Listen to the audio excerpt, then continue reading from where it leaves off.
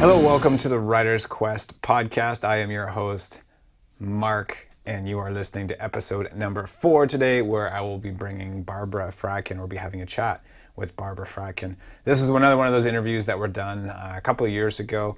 And before I get to that, Writer's Quest, little name change. Turned out a couple of years ago, I came up with a Writer's Journey podcast. I put a few episodes up.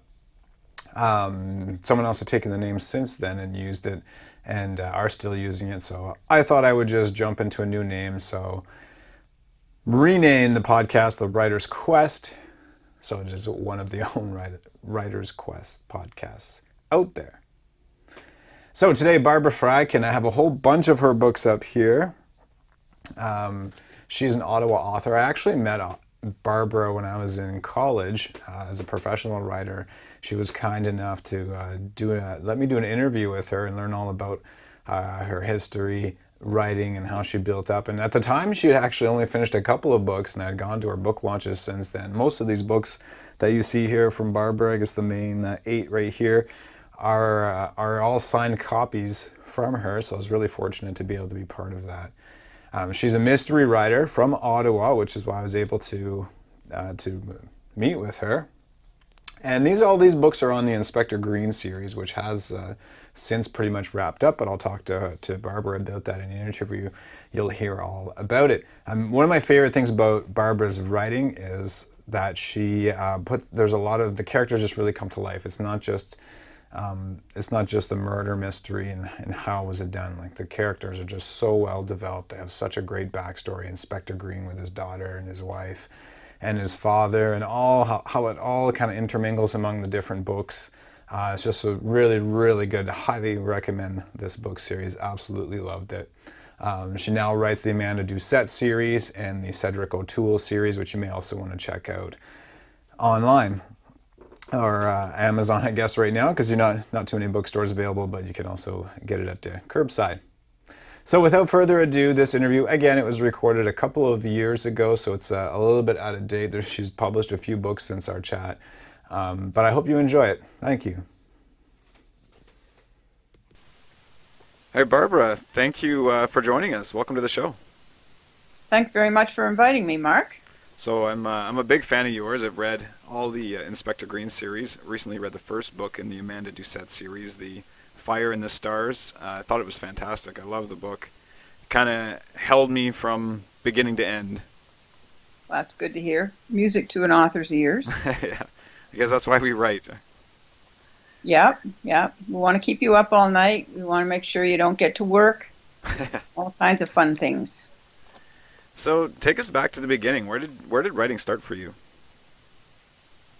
Well, it actually started before I could write. It started with daydreams when I was a little kid. I've always been one of those imaginative daydreamers who had adventures in my head and imaginary friends that I did fun things with that was a whole lot more exciting than my relatively sedate suburban childhood, uneventful kind of childhood. So as soon as I was taught how to spell well enough to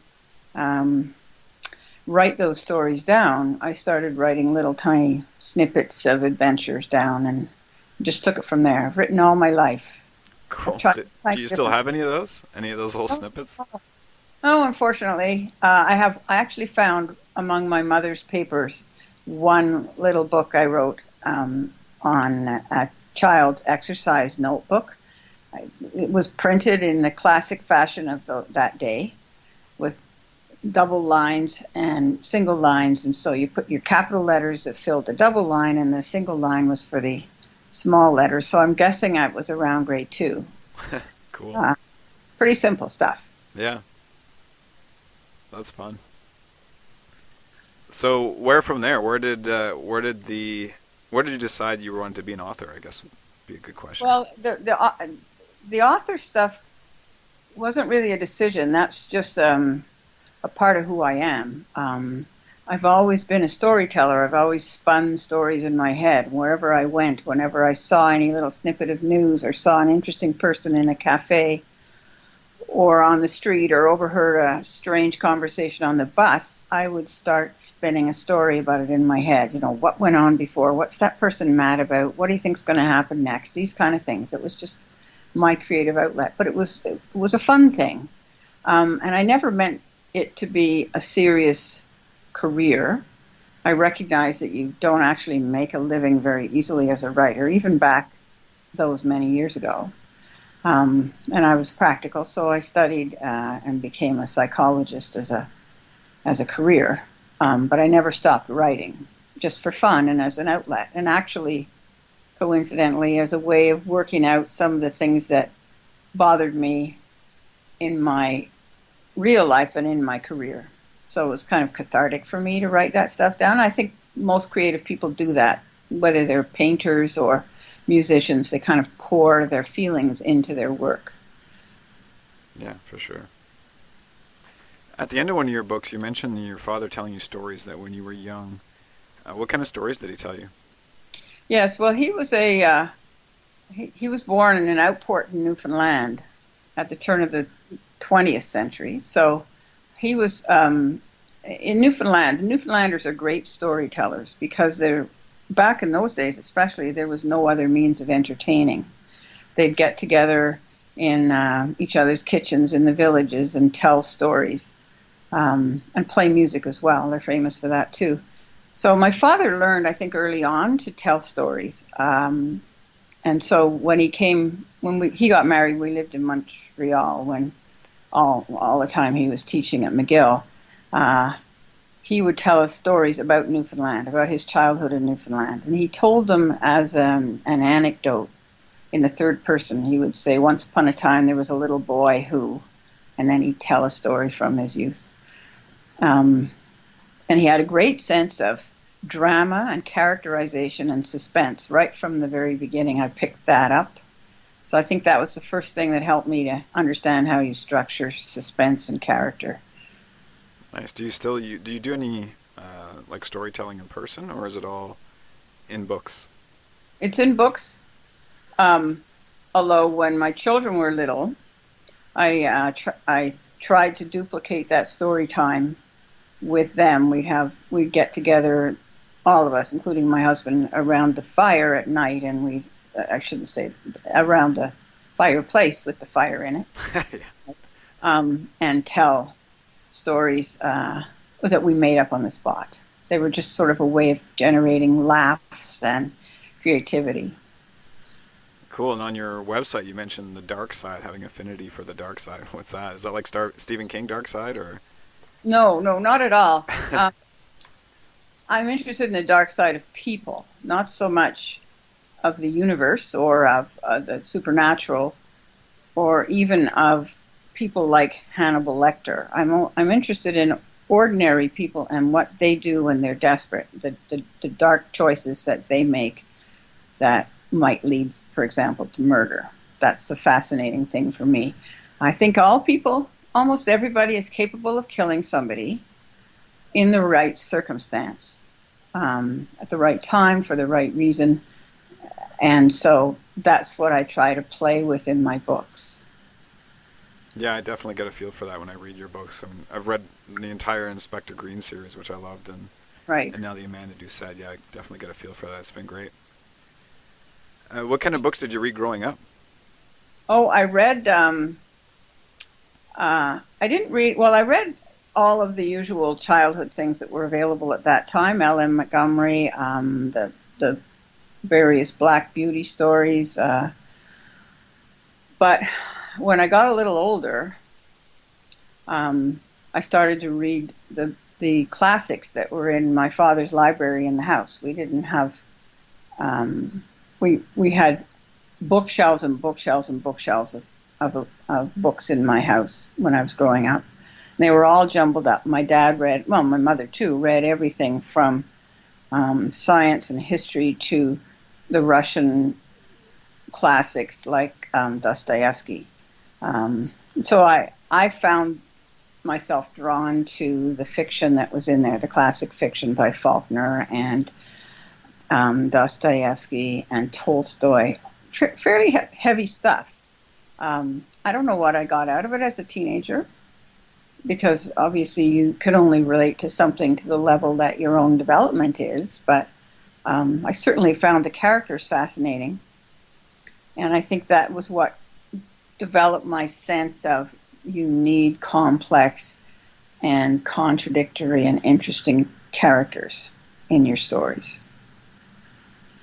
Do you think the nonfiction reading that you did has influenced the amount of research that you do in some of your books? Like, you have some books that are just incredibly well researched, you can tell from beginning to end. Do you think your dad having those books kind of influenced the desire to do all that?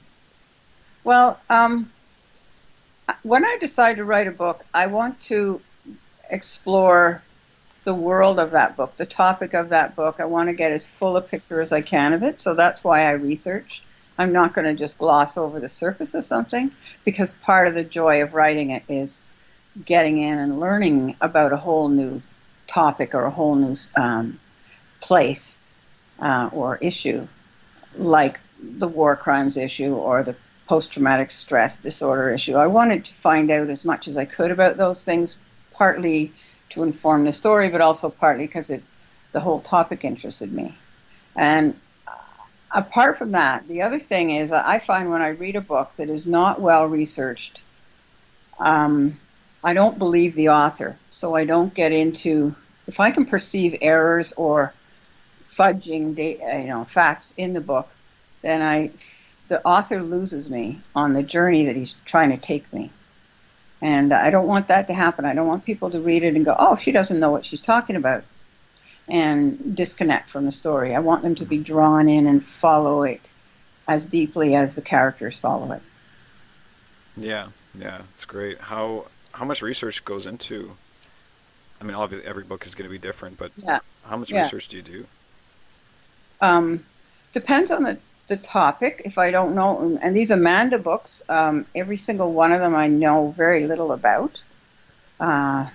So I have to start from the beginning. The second one in the series, which just came out in September, for example, is about homegrown radicalization of Canadian youth.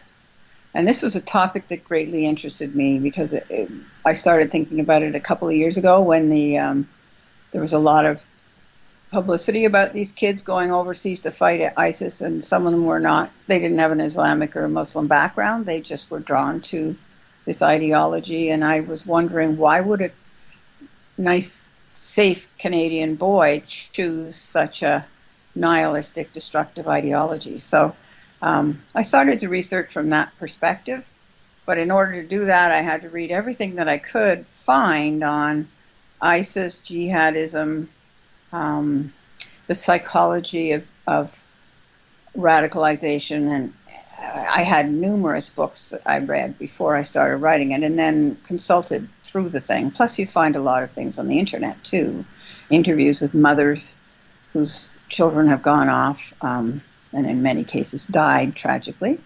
So I do a lot of, I would say in some cases, a book takes me about a year or a year and a half to write, and roughly 4 or 5 months of that will be research, folded into the writing as well.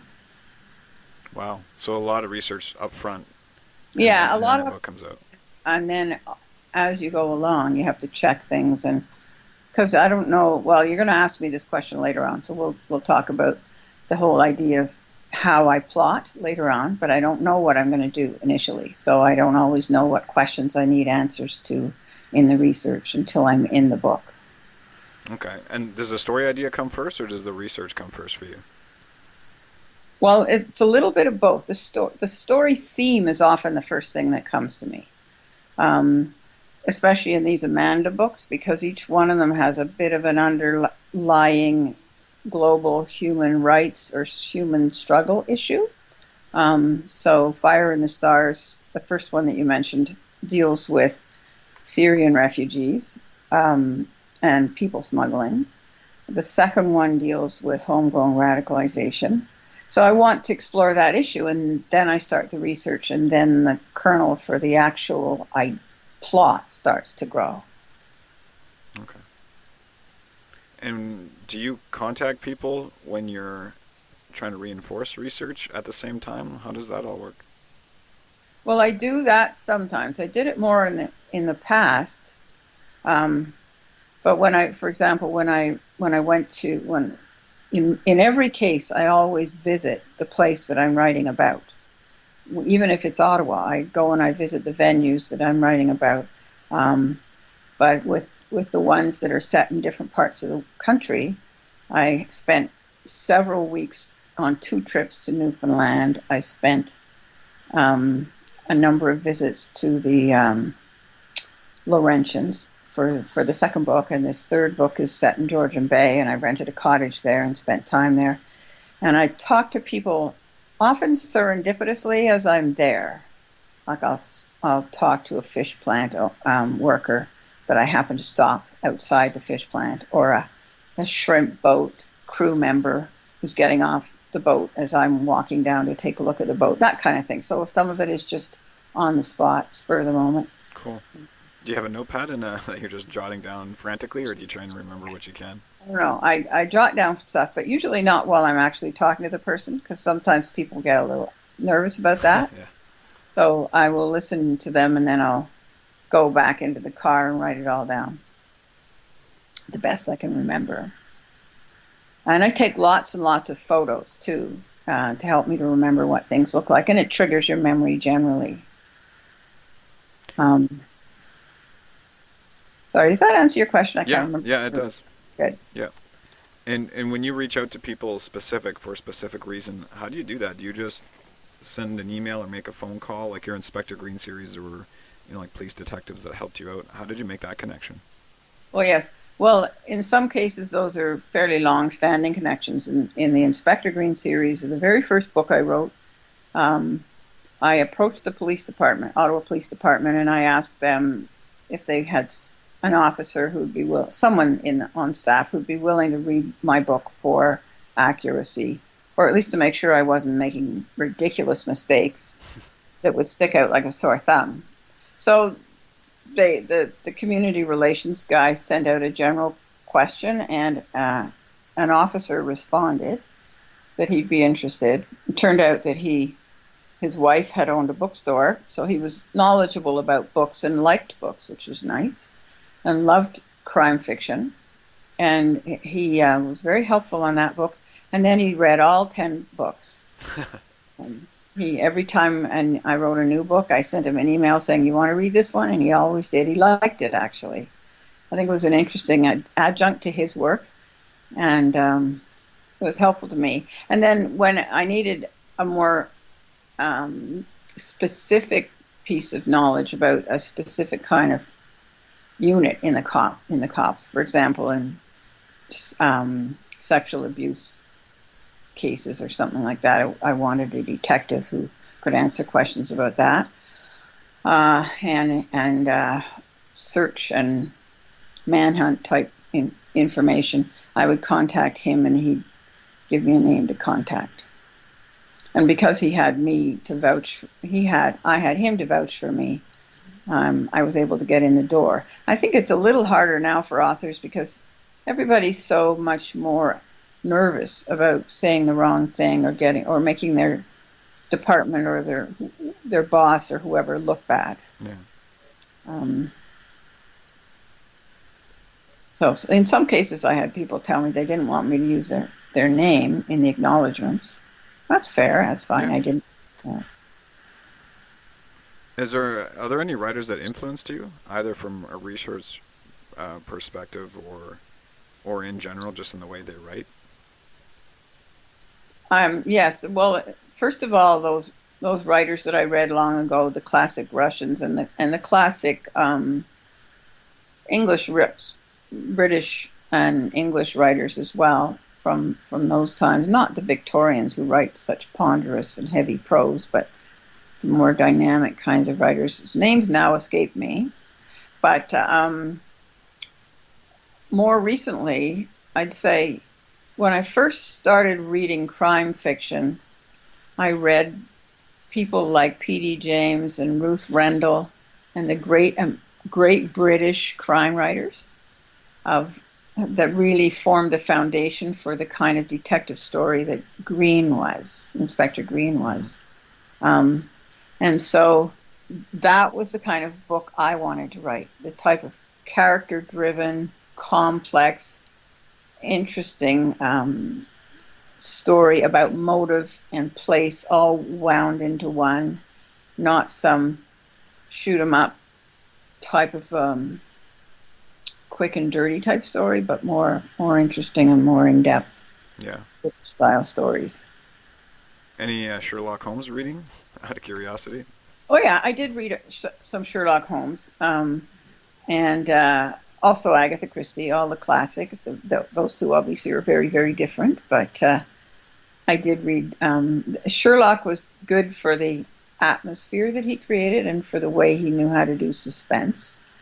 I'm less interested in the puzzle type mysteries that both Sherlock and Conan Doyle and Christie do, where you're puzzling over how the clues fit together, and Sherlock is busy exploring and exposing clues. I'm more interested in having the story evolve out of what people did, and you slowly sort of uncover the story that led up to the actual murder. Yeah. So, going on to some writing specific questions, do you consider yourself an outliner or a discovery writer? Well, I would have said I was a discovery writer. I've certainly been that most of the time. But I've recently found that it's because my books are more complicated now, and all the Amanda books, for example, have three points of view in them. Amanda is your main character, but she has two auxiliary investigators, if you like, an RCMP cop and a journalist, and these guys both have their own story that weaves through the book. And I found it really hard to do that in just plain fly by the seat of my pants. Because I had to keep track of what everybody was doing at any one time, so they all fitted together properly. Yeah. And the timeline worked, and the suspense, the revelations occurred at the right time. So I started having to jot down, this is going to happen next with him, and this is going to happen next with her, so that I would keep track of that. And so now I liken my style to very much the way people, I forget what writer described this notion of driving a car in the dark with your headlights illuminating some distance ahead, but you can't see your end point. You don't know where it's going to end. But you can see a certain number of scenes ahead, and as you move forward, more gets, like that same amount gets revealed farther and farther ahead. Yeah. And that, I think, is the best way to look at it. So I work with sort of a bunch of little outlines as I go along. How do you keep track of so many characters when you're writing like three different points of view? I know you jot notes, but actual like character personalities, do you have like documents all around your computer or whatever you're writing on with their layout, like the character sketch, and then you look it over before you write each character? Like, how do you separate these personalities, because they're all going to respond to different scenarios differently? It's really funny when I try to think how I do that. I do it all in my head. I don't have character descriptions that are around me, or even in paragraphs on my computer. I sometimes will have a little bit of when I'm trying to figure out what a character should be. I might jot down some background about them so that I'll have a little idea about them. But I might have to change that if I discover I need them to be different than I thought they were going to be.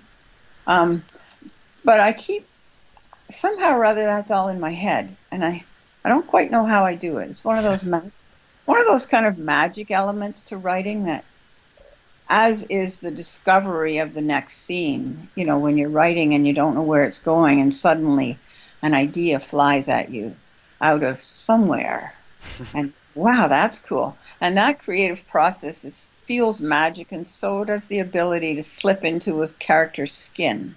And that's the way I write, is I try to hear everybody's voice in the scene, particularly the character whose point of view it is, but even trying to imagine how the other characters in that scene would react at any given point. I'm just kind of in everybody's skin.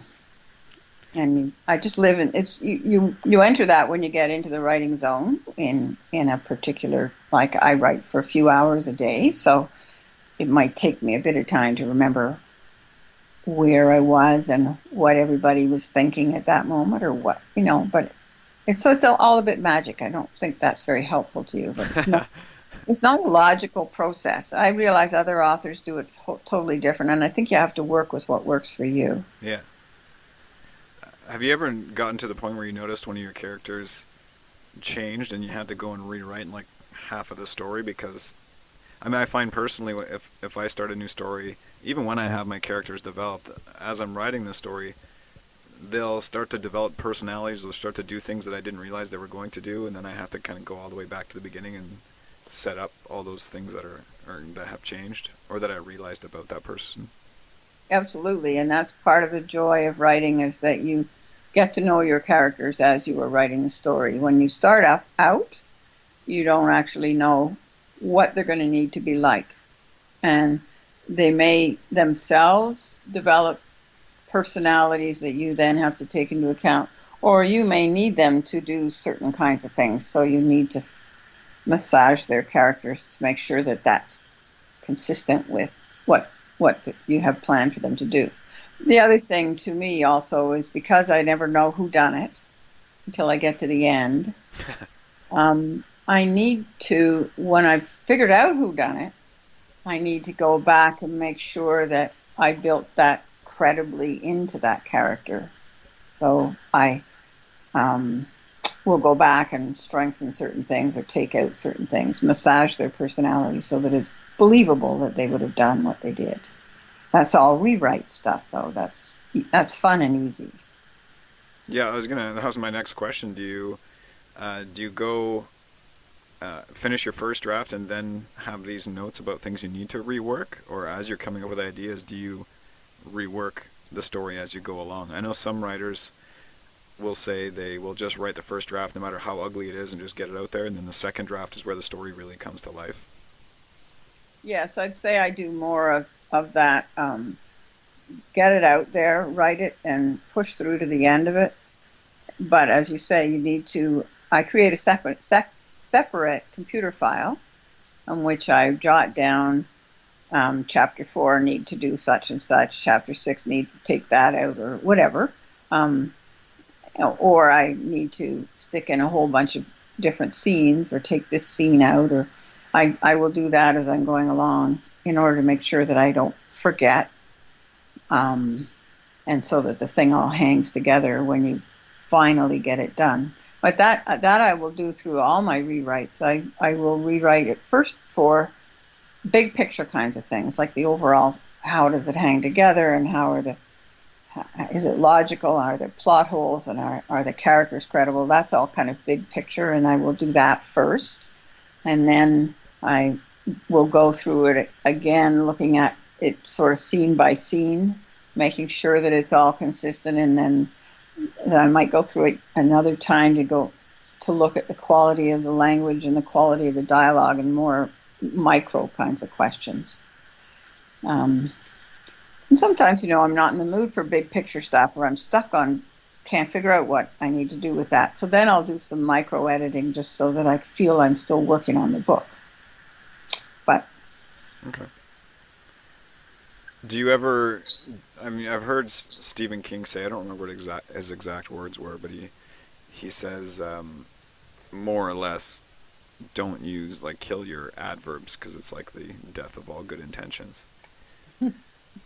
What do you think? Do you go after your adverbs, or do you not look at your writing and structurally like that? Oh yeah, I do. I look at my writing as I'm writing it. I try to be as vivid and concrete as I can be. even in first draft. And I think one of the things that helps me with that is that I write longhand my first draft. I don't write it on a computer. So the process of writing longhand allows you to write more slowly. Well, you have to write more slowly because you can't rattle away on the keyboard as fast. And so you think more carefully about every word you're going to use. That's not to say that the draft isn't an absolute mess when you finish writing it. It's full of scratch outs and arrows and insert heres and all kinds of jots in the margin. But it is a way of slowing down so you think more carefully about your language and exactly what you're trying to portray. But then I will do specific kinds of things as I'm going through the final micro-analysis. I will research those sort of useless words like very and that and just that everybody allows to crop into their text that isn't needed. And I have on occasion searched for ly, so I can make sure that I don't have stupid adverbs hanging around. Yeah. And usually the more useful thing to do is take a look at the adverb-verb combination and then think of a verb that does that more powerfully by itself. As in, he said softly. Instead of saying that, you say he whispered or whatever. That kind of thing. Yeah. Do you write with a pen and paper, or do you have that new fancy technology that transfers all your handwriting to computer text? Oh. Have you heard about it? Yeah. The Dragonly Speaking or whatever it's called. I've never tried it. I suppose it's probably good enough for me now but to be honest, when I transfer from longhand scribbled up mess, I'm the only person who could possibly interpret that. I couldn't, even if I had the money to give it to a secretary, she could never make sense of it. He could never make sense of it, whoever.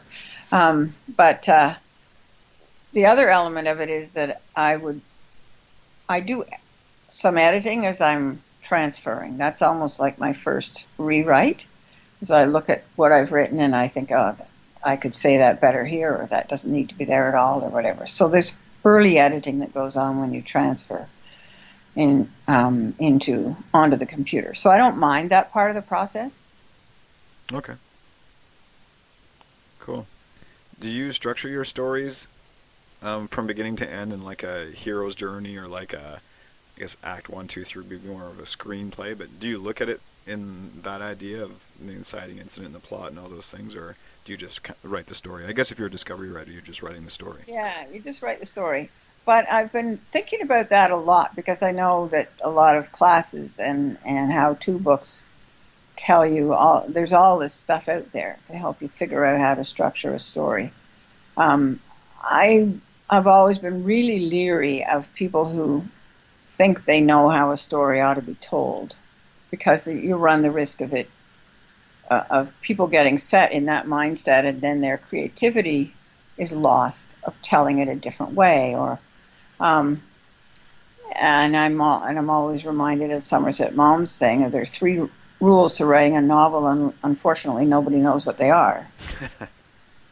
And I don't like being told what to do, so I always like to follow my own impulses, and that goes for how to write a book too. That said, I know that I've been writing for a long time, even before I got published. My first novel was published 18 years ago.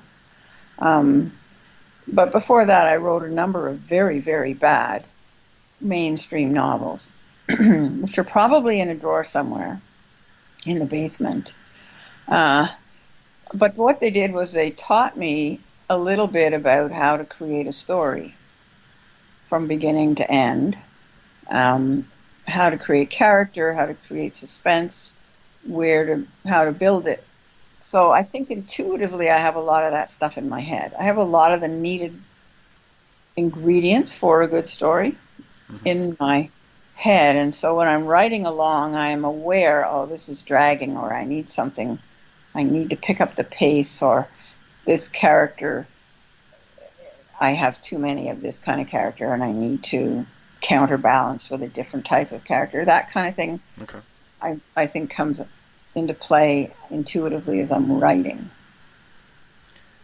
Is there a point where you decide, like you said, you've written a lot of stories that were terrible?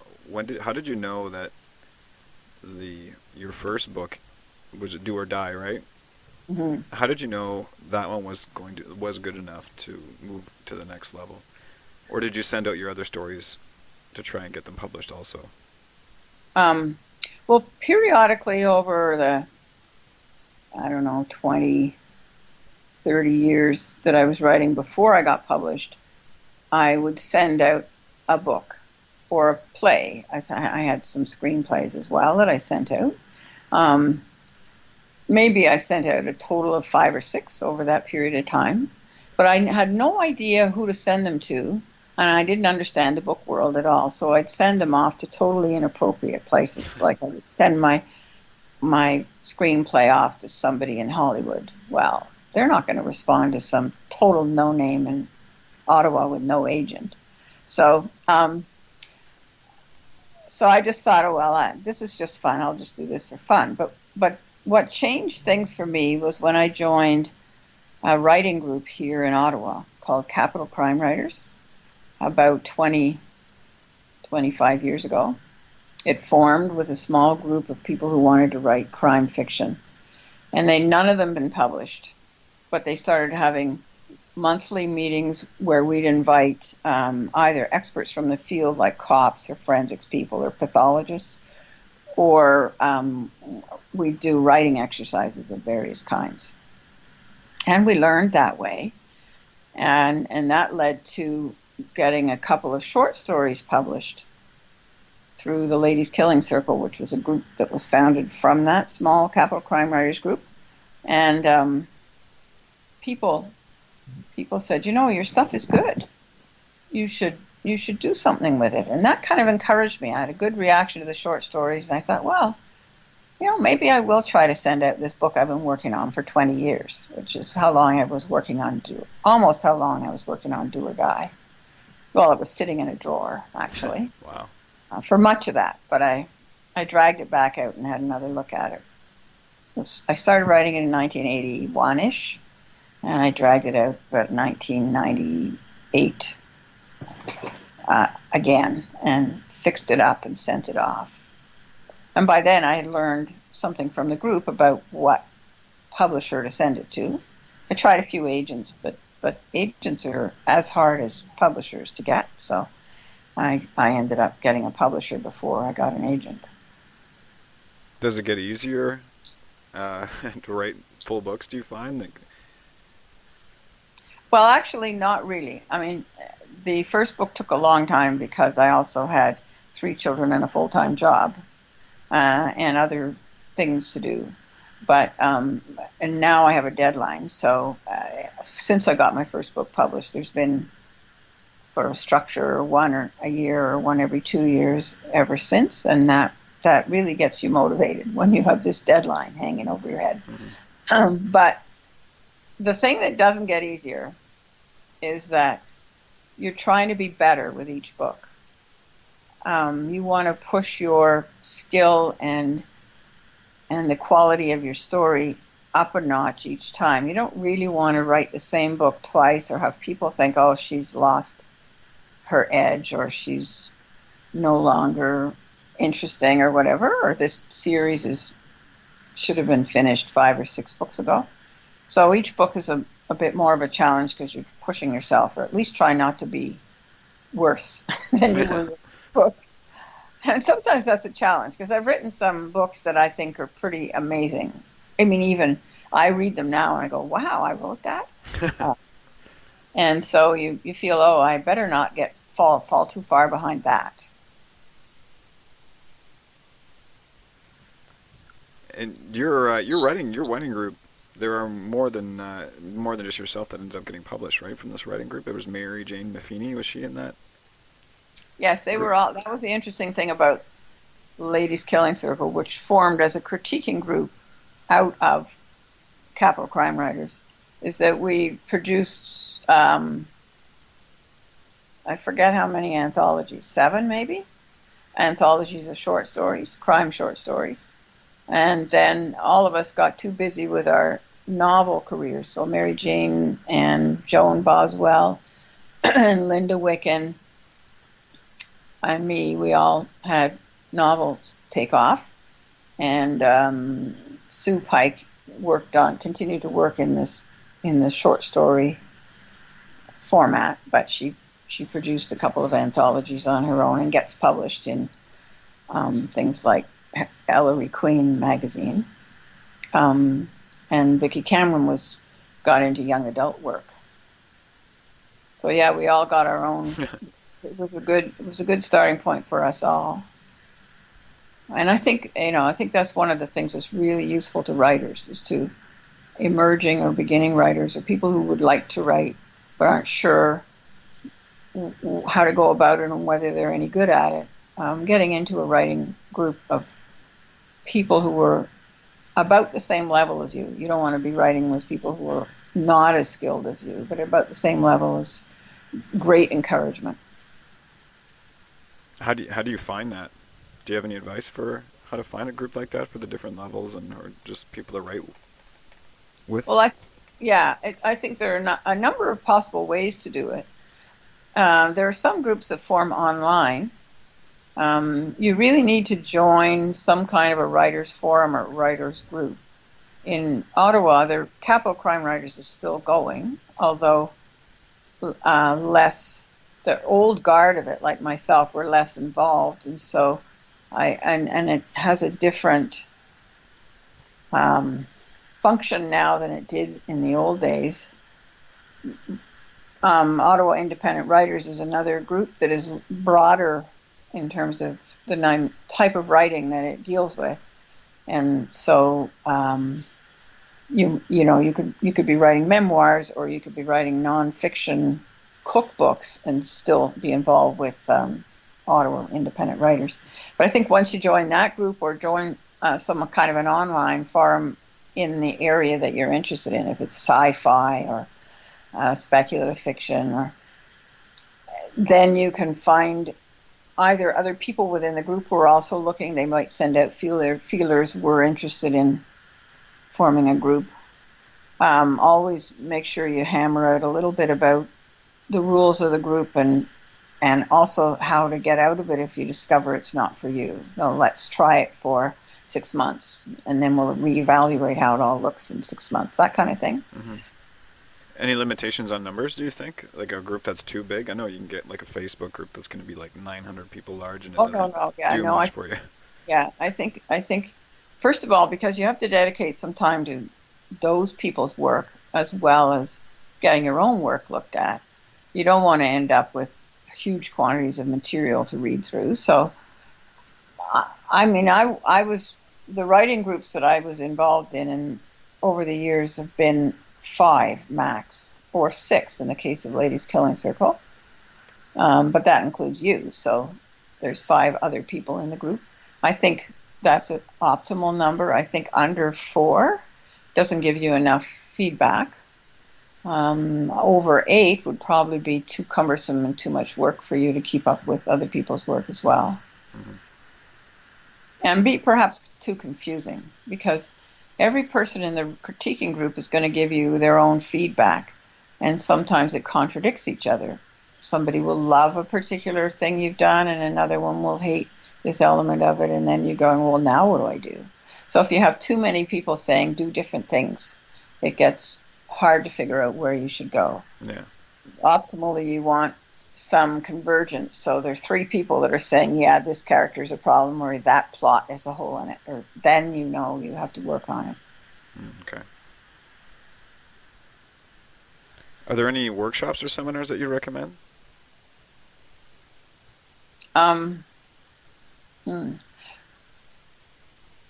sort of out on the loop on that one. I'm not sure. I guess it depends on whether you live in Ottawa, and then you can look or in Toronto, one of the big centers which might have a novel writing course or series of workshops either offered through one of the colleges or universities or even the school board. I know there's some in Toronto. I don't know if there's any in Ottawa at the moment. There have been in the past. Otherwise, the workshops and things that are provided within these writers groups, like Capital Crime Writers or Ottawa Independent Writers, will have workshops in their meetings. Like they'll have, I've done several over the years for Capital Crime Writers. And they're standalone kinds of things, but if you piece them together, so there's one on dialogue and one on point of view. And I've also done them randomly. People have invited me to do a workshop. The libraries, for example, have over the past. So you kind of have to keep an eye on that. Okay. I'm not sure if there's a central bulletin board where those kind of things are posted, but Googling would probably help you to find that. Yeah. Out of curiosity, when you finished writing your first book, did you consider self-publishing? I know that's back then it was probably not as big as it is now, but it seems to be a trend that's taking over the traditional or going the self-publishing route. Did you consider it before, and do you think about it now? I didn't consider it before. At the time when, as you say, when I first published Do or Die in 1990, well, it was accepted in 2000. It was accepted in 1999. The only kind of self-publishing was vanity press publishing, where you paid an exorbitant amount of money, maybe $10,000, $5,000 or $10,000 to some print company to produce your book, and then you owned that book, and you sold it from your basement, and you had to sell a certain number of copies to break even, obviously. Mm-hmm. And that had never occurred to me. I wanted to be published properly so that I would get out there in as much distribution as I could. I couldn't picture trying to sell my book from my basement, especially in those days. There wasn't even the media, the social media and online advertising capability that you have today. Yeah. Today, I'm not interested in self-publishing. I'm probably not a big enough name to be able to drop my publisher and have millions of followers buy their book directly from me, my book directly from me. If I were Stephen King and I said, okay, I don't feel like giving, X amount of my money to this publisher. I want to keep it all for myself. So here's my book. It's on my website. I think he'd probably do okay. But an ordinary writer wouldn't get through all the noise and stuff of all the promotion that's going on in the online world. For me, I feel as if self-publishing is a useful tool for certain kinds of books, mostly those that are a niche of some kind. So you have a particular audience in mind, and you have a means of reaching them. So if you've written a history book about Ottawa, log cabins or something very specific, and you're going to be pitching mostly to history buffs or to railway buffs or whatever particular topic you've chosen, I think that's a very useful way to go, because you're not likely to get the interest of an actual publisher, a traditional publisher, for a book that's got a fairly limited market. But you can reach that market fairly quickly and easily because of your connections with it. And you can keep all the money that you, once you've paid your overhead getting it published. Yeah. But for anybody who wants to actually get their book out there to the general public across the country and across the world, I don't think self-publishing is enough unless you're a real marketing guru and love that kind of stuff. Most writers are not. That's not what they want to do with their life. They want to write. They don't want to be out there flogging it at fairs and on Twitter and all of that. And I think there are so many self-published books nowadays floating around that it's really hard to get noticed unless you have something really unique that you can catch people's attention with. The traditional publisher gives you, yes, they take a bunch of your money, of the profit, but they edit it. They give you a cover, a professional look, a marketing department, a distribution network. They reach libraries and across the most, unless they're really little publishers, they will have distribution across the country and attend the major book fairs and things like that overseas. So you have a chance to reach far further. And the other element about traditional publishing is that it adds credibility when you're trying to get reviews, not online peer reviews from readers, but reviews from the bigger professional publications. And those make a huge difference to getting noticed elsewhere. Yeah. Besides among your own friends. So I think I heard somewhere, and I don't know because I'm not in the self-publishing circles, I heard somewhere that most self-published authors only sell about 400 books.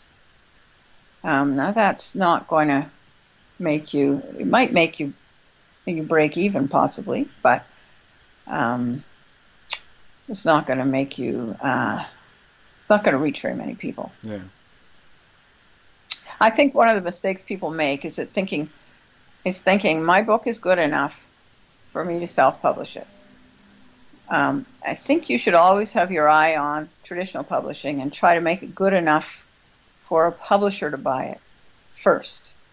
And only when you've tried to make it better and better and better with all the possible feedback you can get, only if you still are unlucky and not finding a publisher, then you can self-publish. But I think a lot of people pull the trigger too early and publish a book that has a number of flaws that if they had feedback and worked a little harder on it, they might have got the book up to another level.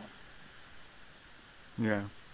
Do you think self-publishing will ever be a vehicle for publishers to consider writers because they know you've taken it seriously enough, or if you have 100 or 200 reviews already and people like your book, the publisher will go looking for it?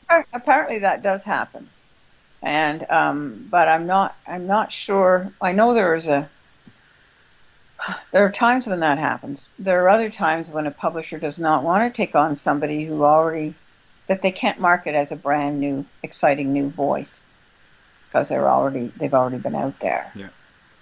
So that might be a double-edged sword.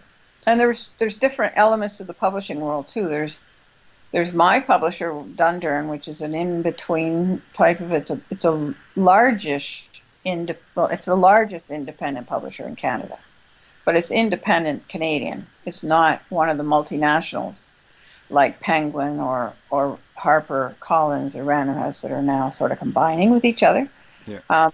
So its reach is largely within Canada. It does sell in the U.S. and it does attend the overseas trade fairs so that you can sell foreign rights. And my book is available all over the world through Amazon and stuff like that. But its reach is not as great as the big guys. And so its philosophy may be different. And the big guys may not want to take you if you've already had a self-published book. Okay. It's very hard to get in with those guys anyhow. So. Yeah. There's definitely some downsides to getting with them too. So I'm happy where I am, actually. Cool. Awesome. What's a typical day look like for you in your writing? Well, typically every day is a bit different because I have other things that I do. And I do, I may have an event or a book club or a book talk, or I might be going somewhere else for fun, who knows. But typically, I will do my writing in the morning. I will ease into it. I will get up, I'll have a cup of coffee, I'll putter around looking at my email and my Facebook and the news and stuff for a little bit, and then I say, okay, time to get down to work here.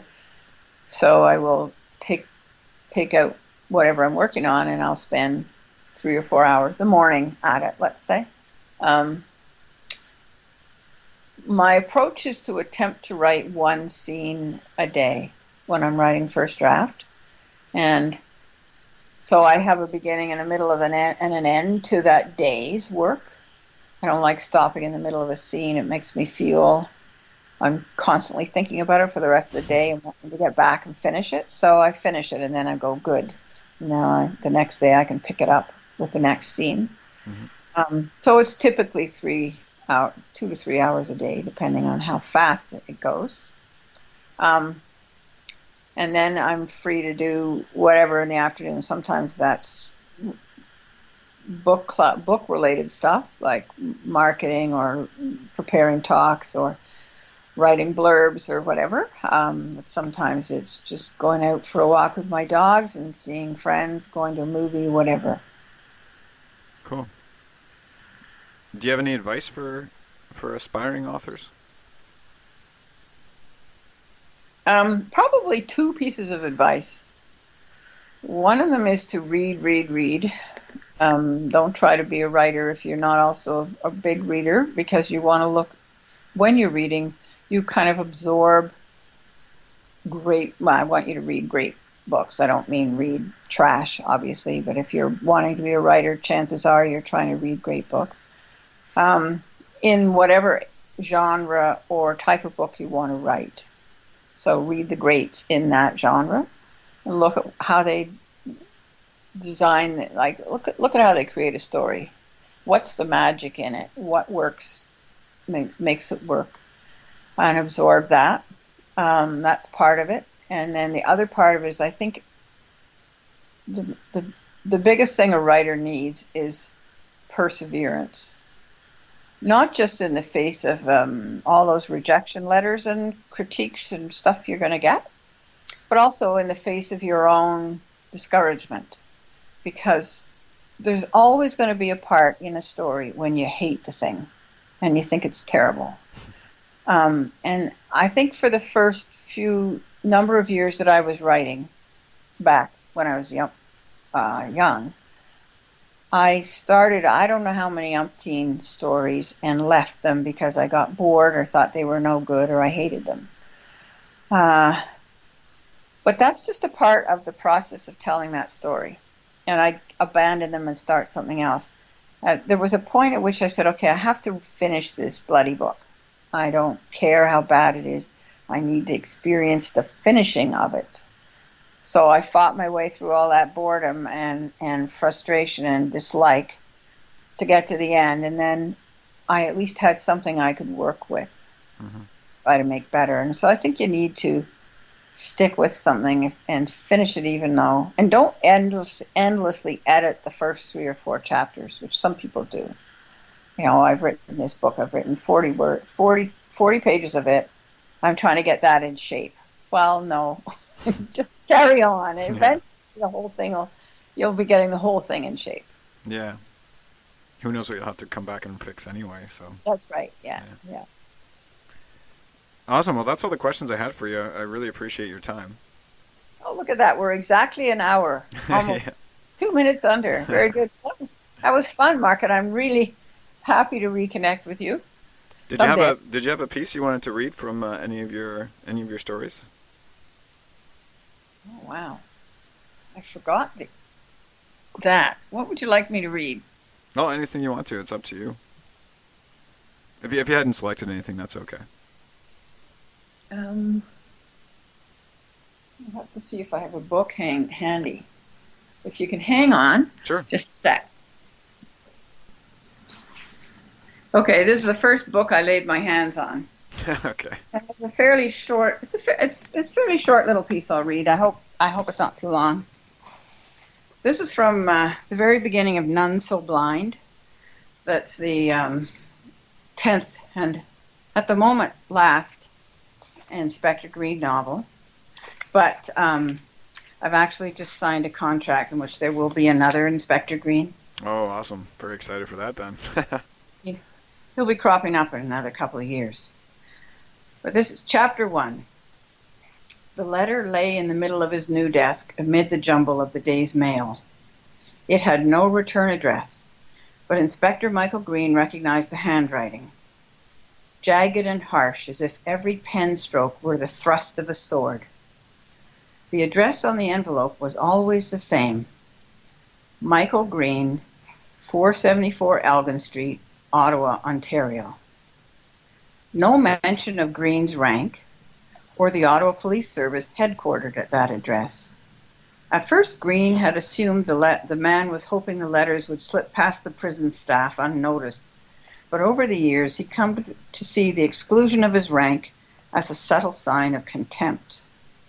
Green had no doubt the man had kept scrupulous track of his progress through the ranks and knew every major investigation he'd headed up in the past 20 years.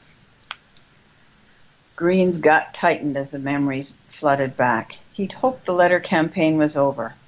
After a silence of more than 2 years, he'd thought the man had finally moved on. Despite his facility with computers, he'd always written the letters by hand, as if the vitriol contained in them demanded a more intimate touch.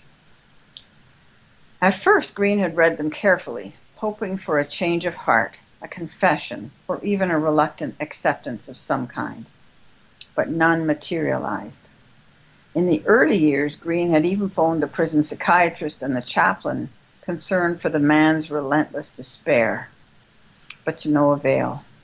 Recently, he just skimmed the letters and added them to the file. He picked up the cheap white business envelope warily. Usually the letters were stuffed with meticulous counter-argument, refuting the Crown's case against him. But this time the envelope was surprisingly thin. 1 sheet at most. A change in tactics, perhaps? Or was he finally running out of words?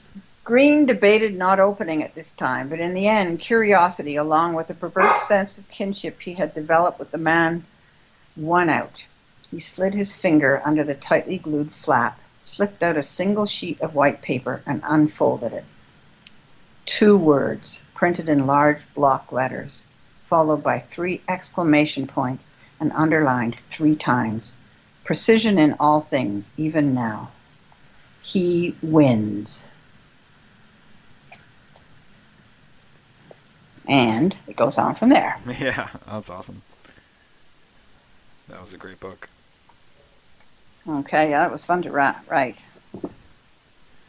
Awesome. Okay. Well, thanks again. I really appreciate it. It's been fun. Thank you, and good luck. Thanks. Take care. Okay, bye. Bye.